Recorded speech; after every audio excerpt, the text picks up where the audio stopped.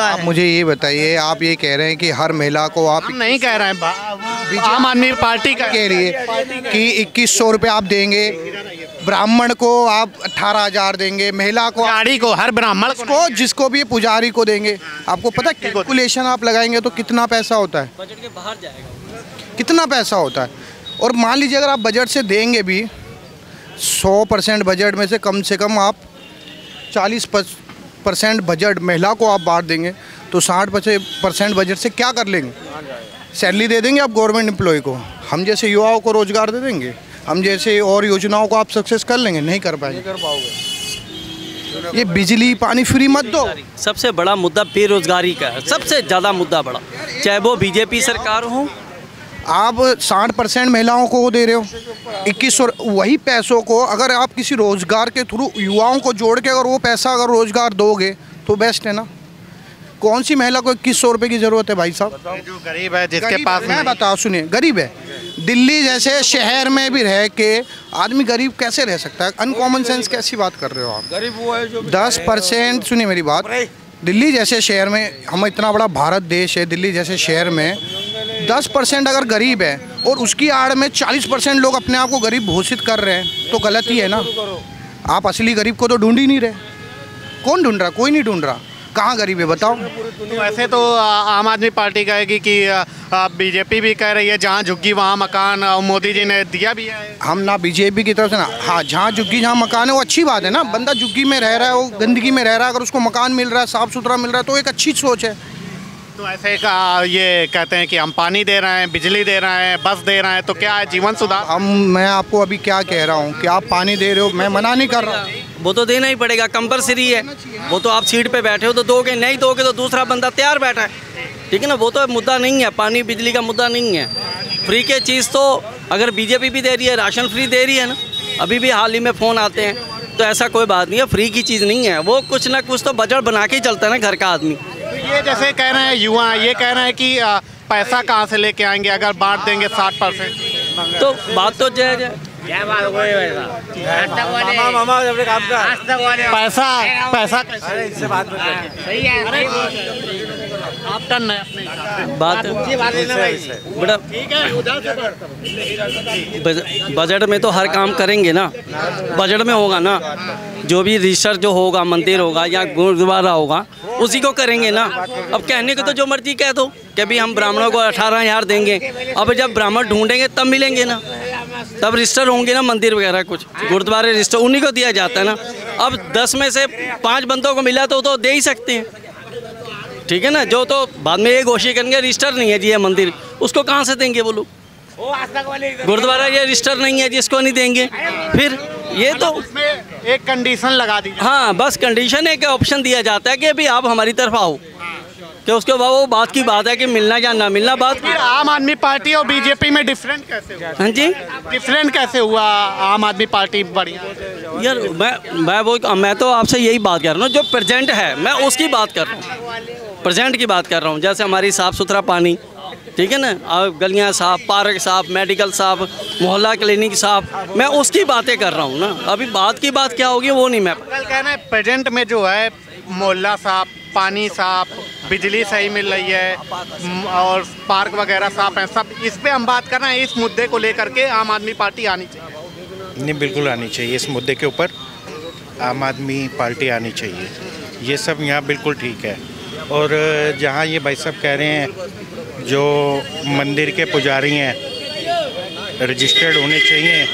पहले तो कोई गुरुद्वारा हो, मस्जिद हो या मंदिर हो, जो सरकारी जगह पे हैं उनको वहाँ से उठाया जाए।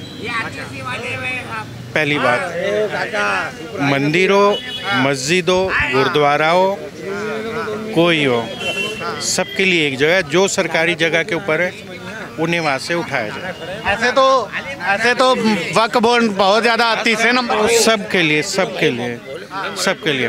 सबसे पहले। आप वक्फ बोर्ड की बात कर रहे हो, आप एक छोटी सी बात बताओ, आज अगर मैं वक्फ बोर्ड के कोई खिलाफ नहीं हूँ, मैं किसी चीज़ आप कह रहे हैं कि जो अवैध उसमें है उनको हटा की बात सुनिए। वक्फ बोर्ड का क्या सीन होता है? आज मेरे घर पे आके वक्फ बोर्ड बोल देगा कि मेरी ज़मीन है, ना मैं कोर्ट जाऊँगा ना किसी के पास जाऊँगा, मैं उन लोगों के पास जाऊँगा, उनका मन रहा तो मुझे देंगे, उनका मन रहा तो ले लेंगे। तो ये कैसे मतलब क्या पॉलिसी से आपने ये संविधान में ऐड कर दिया है? ये तो कोई बात नहीं हुई ना भाई साहब। हर चीज़ का एक प्रोसेस होता है ना। चलिए वक्फ बोर्ड को दूर करते हैं हम। आप जो फ्री जो बांट रहे हो ना, ये सुबह 6 बजे 5 बजे से यहाँ 2-3 मस्जिद की अजान शुरू हो जाएंगी। बच्चों ने क्या पढ़ना है? नंबर 2, यहाँ से एक शुरू हो जाएगा, वहाँ से दूसरा घंटा शुरू हो जाएगा, तीसरा यहाँ से शुरू हो जाएगा। बच्चों ने पढ़ाई करनी क्या है? सोना, नींद पूरी किसने करनी है? ध्वनि प्रदूषण हद से ज़्यादा, जो अनऑथराइज हैं कोई भी हो उसको हटाया जाए, बाकी सबकी हेल्प की जाए। तो आपका मुद्दा ये है, अगर कह रहे हैं कि भी गरीब यहाँ कोई नहीं है, मीटर पे करें, जो गरीबी रेखा से नीचे है उनका ख्याल रखा जाए बस। पानी का बिल ले, बिजली का बिल ले। अगर मैं गलत कह रहा हूँ, अगर जो नहीं दे सकता उसका सर्वे करें, ठीक है, और गवर्नमेंट की जगह पे जो चीज़ें बनी हुई हैं सर्वे करें। आपके हिसाब से क्या है, फ्री सही है कि ये बंद होना चाहिए? क्या चीज़? जैसे 21 रुपए की घोषणा की गई और पुजारियों को, और मैं देखो पुजारियों के लिए ये, इसके लिए मैं कहूँगा बहुत बढ़िया है, क्योंकि ग्रंथी हो या पुजारी, इनकी कोई इनकम तो है नहीं, ठीक है। घर रहने के लिए घर मिला हुआ है, 2000-5000 रुपये सैलरी है, वो भी चाहते अपने बच्चों को पढ़ाना, ये ज़रूरी है, मस्ट है। बाकी सबसे देखें जो गरीबी रेखा, और मोदी जी का क्या काम है? इतने करोड़ लोगों को हम लोग दे रहे हैं, राशन दे रहे हैं, ये दे रहे हैं, वो। लोगों को रोज़गार चाहिए, रोज़गार चाहिए, फ्री में खैरात नहीं चाहिए किसी को। तो आप ऐसे तो यहाँ पे तो बहुत ज़्यादा फ्री दिया जा रहा है दिल्ली सरकार की ओर से, बिजली, पानी और बस सब कुछ फ्री दिया जा रहा है। फ्री कुछ भी लग जाती है, फ्री से जो है हराम की लग जाती है, फ्री से हराम की लग जाएगी, लंगड़े लूले वाली कहानी हो जाएगी। कैसे? फ्री मिलेगा, हराम की चल जाएगी। कोई कमाने जाएगा? कोई नहीं जाएगा, सब हराम की खाएगा। इधर लेडीज़ बस फ्री है, मर्दों के लिए क्या करा? कुछ भी नहीं। दारू फ्री करी, हर एक घर में लेडीज से झगड़ा लड़ाई होती है। दूसरी फिर ये सड़कें वगैरह, ये यहाँ से गिनती कर लो, एक एक सड़क बेकार है, और नाली वाले इतने बेकार है ना, 10-10, 20-20 रुपये हर नाली वाला लेता है। पैसे कहाँ से ले? लाख रुपए सैलरी ले रही है। सफाई के लिए खुद पैसा देना पड़ता है।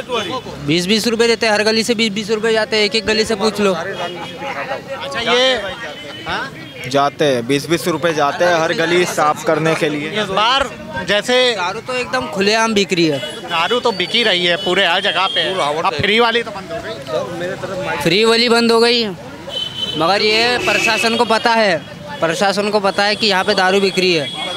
तो जैसे ये बंदा पी रहा है तो इसको पकड़ेगी, उसे नहीं पकड़ेगी जो बेच रहा है। नहीं, अब दारू तो मतलब कि लीगल है ना, ठेके जो सही बात कर रहा हूँ।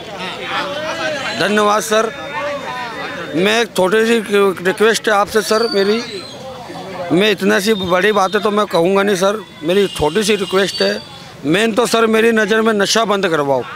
आप ही किए हुए हो सर, मेरा तो काम है मेरा नशा करना। क्यों कि ये बेच रहे, क्यों बेच रहे? ये नशा कर बच्चों को बिगाड़ने के लिए, जैसे छोटा हो या बड़ा हो, कोई भी हो, खुलेआम यहाँ दारू बिक रही है, यही सामने गली के अंदर। यहाँ पुलिस वाले आते ज़रूर है, लेकिन वो दिखाने के लिए चमका देते हैं उनको थोड़ा सा, कि मतलब पब्लिक को लगना चाहिए कि पब्लिक को ये लगना चाहिए कि पब्लिक सोचे कि ये चमका तो रहे लेकिन ये कुछ कर नहीं रहे। लेकिन सर वो उनकी दारुओं के पेटियाँ भी उल्टा उनसे 1,50,000, 20,000 जो भी उनसे बनता है वो दारू वाले उनको दे देते थे और लेके चल देते। इसकी वजह बताओ। और मेन डोज इंजेक्शन, खुलेआम इसमें इंजेक्शन, ड्रग्स, हफीम, चरस खुलेआम बिक रहा है, और वो भी यहाँ तो बिक ही रहा है गोविंदपुरी के अंदर ही, और थानों के सामने ही खड़े होके बंदे बेच रहे। इसके बारे में सर क्या राय है आपकी? ये आपसे निवेदन है मेरा। क्या निवेदन? नेता लोग कहाँ गए फिर ये? जब से मंत्री जी सरकार आई है, जब से केजरीवाल सरकार रही है, जब से ज़्यादा ही नशा आ गया यहाँ। अब मैं क्या बताऊँ, आप बताओ।